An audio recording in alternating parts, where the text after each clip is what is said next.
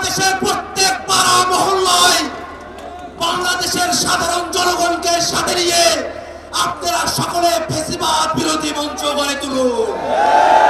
সেই ফ্যাসিবাদ বিরোধী মঞ্চ বাংলাদেশে আওয়ামী লীগ প্রশ্নের মীমাংসা করে ছাড়বে ইনশাআল্লাহ।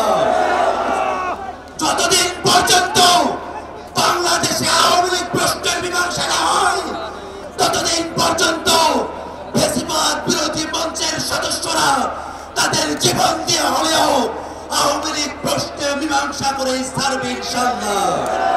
সম্মানিত উপস্থিতি, আজকের এই বিক্ষোভ সমাবেশে আপনারা যারা উপস্থিত হয়েছেন, ঢাকা মহানগর উত্তরের নেতৃবৃন্দ, ঢাকা মহানগর দক্ষিণের নেতৃবৃন্দ, আশেপাশের জেলাগুলো থেকে যারা এসেছেন, নরসিংদী, গাজীপুর, নারায়ণগঞ্জ, মুন্সিগঞ্জ এবং ঢাকা জেলা উত্তর